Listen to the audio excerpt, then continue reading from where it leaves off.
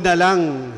Kasi yung pangatlong gabi sa 24, halos lahat tayo ay hindi na matutulog dahil hihintayin na natin ang hating gabi ng Pasko. Kaya sa lahat ng mga nakakumpleto ng 8 at panghuli bukas, congratulations, palakpakan natin ang lahat. At ngayon naman sa mga batang nagsimba, itaas ninyo ang paningin, ang grasya ay dumarating. Taas ang tingin sa ating supot dahil ang premyo sa gabing ito ay tumataginting na 450. Wow! Sana lahat manalo pero isa lang ang kaya kong bigyan ng premyo. Okay? So bago natin pagnilayan ang ating ebanghelyo at ang ating pagbasa, hulaan ang laman ng supot. At ang laman ng supot ay sinusuot ng mga bata o kahit ng matatanda. Nilalagay dito sa ating neck o pagminsan idinidikit dito sa ating chest. Nakalagay ang ating pangalan para makilala tayo. At kadalasan, ito ay ginagamit sa simula ng ating... sige, takbo. Sige, ito muna. Nauna muna ito, no? Tapos ikaw. Tingnan natin kung sino. Name tag. Name tag. Okay. Tingnan muna natin kung tama yung sagot nila. Pag tama yung sagot nilang dalawa, babay na kayo, ha?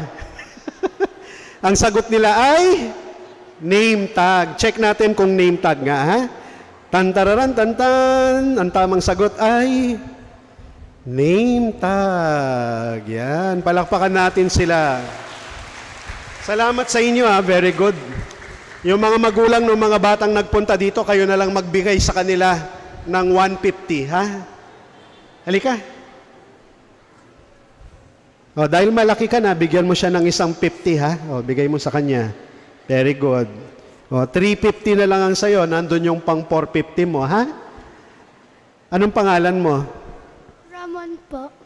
Wow, Ramon. Pangalan ng magiging pari yan. Father Ramon. Ikaw, anong pangalan mo? Kobe po. Kobe, pangalan ng magbabasketball yan.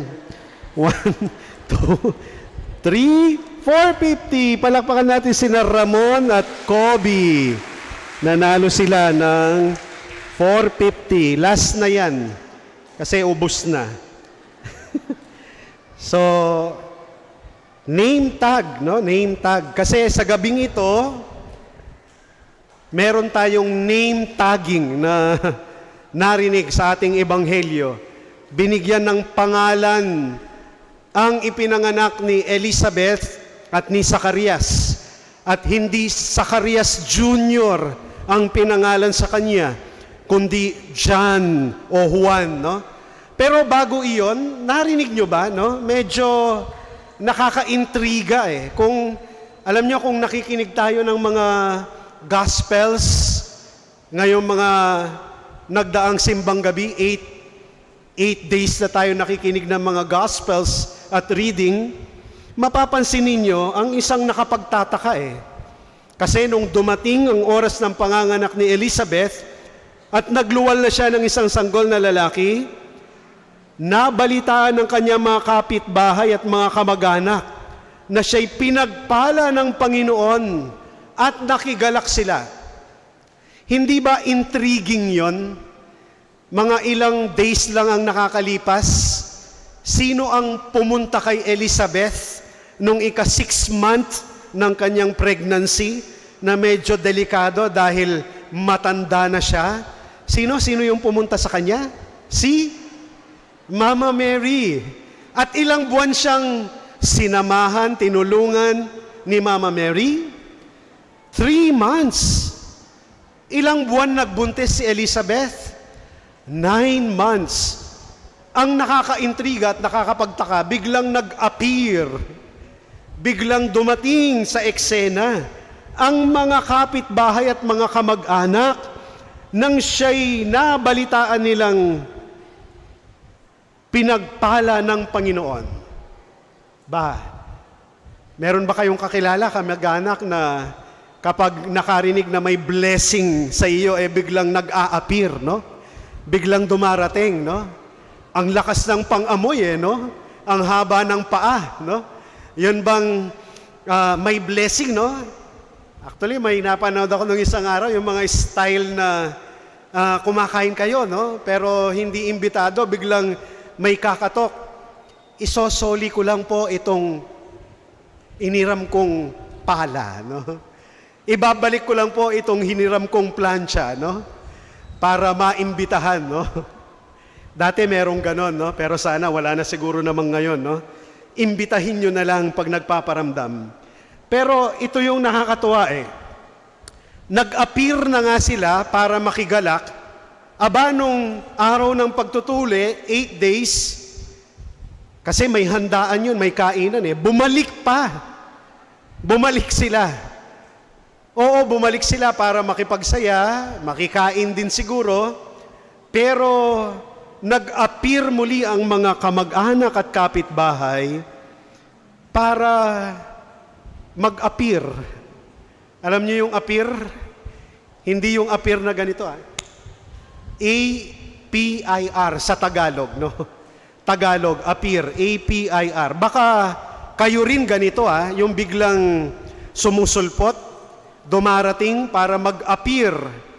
Lalo-lalo na, marami ngayong Christmas party, family reunion, class reunion, at iba pang mga salo-salo. At minsan yung mga nag-a-appear, lalo-lalo na sa family reunion, wag naman ganitong klase ng appear, no? A-P-I-R. Wag nyo nang ilista to kasi negatibo to at hindi naman ito ang ating acronym sa gabing ito, no? Paalala lang, wag tayong mag-appear ng ganito. Una, kagaya ng narinig natin sa Ebanghelyo, yung mga kapitbahay at kamag-anak, letter A, atribida. Alam niyo yung atribida? Pakialamero, pakialamera, no? Ay, wala namang ganyang pangalan sa inyong mga kamag-anak, sabi nila, no? Kaya hinudyatan nila ang kanyang ama na si Zacarias para ilagay at sulat kung anong pangalan. Atribida, no? Letter P, pintasero at pintasera. Siguro, kaya nga sila nandun para, tingnan mo naman yan, dalawang matandang yan, no? Paano nila aalagaan ng baby nila? Senior citizen na sila. Baka pag umuwi si Zacarias, hahanapin niya ang kanyang baby na si John. Tatanungin niya si Elizabeth, "Where is our baby?" Sasabihin ni Elizabeth, "Shh, quiet.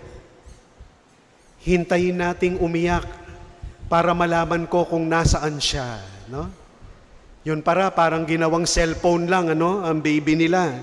Hintayin mag-ring para malaman kung saan nailagay. Pintasero at pintasera, mga kapitbahay at kamag-anak. Letter I, inggitero at inggitera. No? Balik lang tayo doon sa pintasero at pintasera. No? Yung, nakipag-family reunion ka dahil Pasko, Christmas party, sasabihin mo, ay, ang sarap ng fruit salad, pero ang tamis. Ang sarap nitong pansit, pero maalat.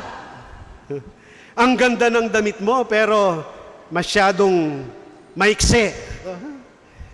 Lahat na lang merong pinipintas, no?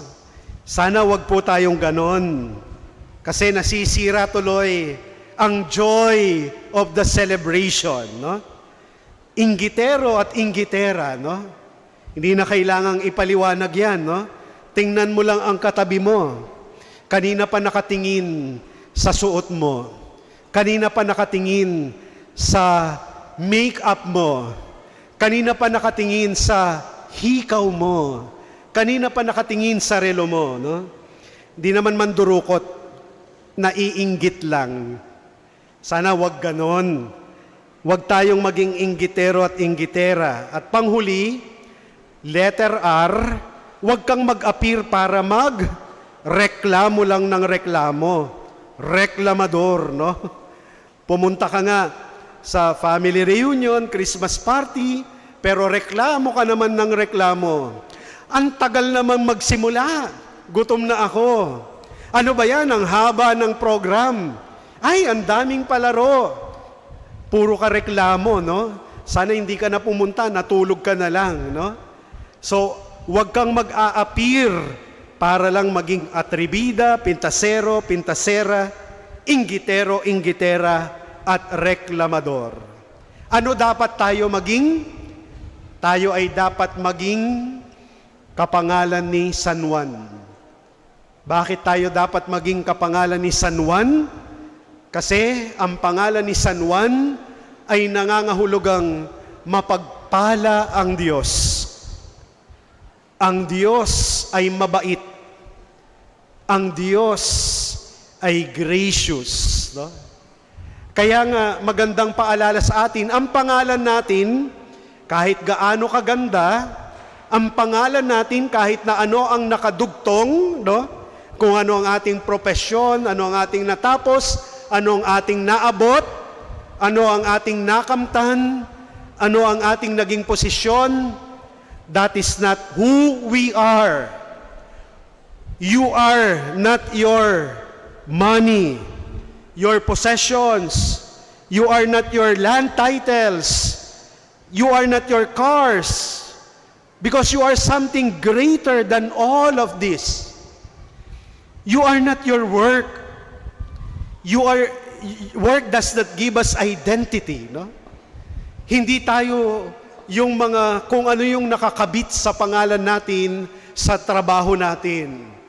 Boss, manager, sir, ma'am, madam. Kasi there is something greater than our work. You are not what other people say. You are not your popularity, your likes, your followers, or what surveys show about you. You're not what other people say. And you are not even your mistakes. Yung mga pagkakamali mo, hindi ikaw yon. Hindi ikaw yung mga kahinaan, pagkukulang at pagkukulang. Kasi the mercy of God is greater than your mistakes. And you are not your achievements. You are not your successes. You are not your medals, your trophies. You are not the recognitions that you have received. Baka halimbawa, ikaw ang Miss Universe ngayon. Next year, hindi ka na Miss Universe. Ikaw ang valedictorian ngayon. Next year, iba na ang valedictorian.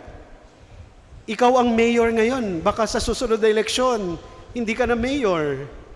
Ikaw ang boss ngayon. In few years, hindi ka na boss. No? So you are not what you have reached in your life. So who are you? Sino tayo? Ano tayo sa harap ng Diyos at sa Kanyang mamamayan? You are grace. You are God's grace. Kaya nga yun ang pangalan ni Juan eh. God is gracious. You are God's child. You are God's son. You are God's daughter. Kaya nga, para sa gabing ito, let our name be Juan. Sabi ng ating ebanghelyo, Juan ang kanyang pangalan. At tayo yun. Tayo yung Juan na iyon. Ano ang ibig sabihin ng Juan? J-U-A-N. Una, remember that Jesus owned you. Pagmamay-ari ka ni Jesus, sapagkat mahal ka ni Jesus. Jesus owned you, not your wife, not even your parents, not even your boss. Walang ibang nagmamay-ari sa iyo kundi si Jesus. Pangalawa, ikaw ay uniko iho ng ating mapagmahal na Diyos. You're my number one, sabi ng Panginoon. Kahit na tayong lahat ay marami dito, kapag tayo ay nasa harap ng Diyos at bumabalik sa Kanya, niya tayo, sasabihin niya, ibubulong niya sa atin habang hinihimas-himas ang ulo natin, ikaw ang aking number one na uniko iho at unika iha. Pangatlo, sasabihin niya, letter A, always and forever. Hindi magbabago yun ngayon at magpakailanman. Sapagkat, letter N, there is none like you. Wala kang katulad. Special ka. Ikaw lang ang ikaw sa mata ng mapagmahal ng Diyos. There's none like you. So this evening, let our name be Juan. Why? Because Jesus owns us. We are uniko iha and unika iha of our loving Father, always and forever. Because there is none like you. Amen. Magsitayo ang lahat.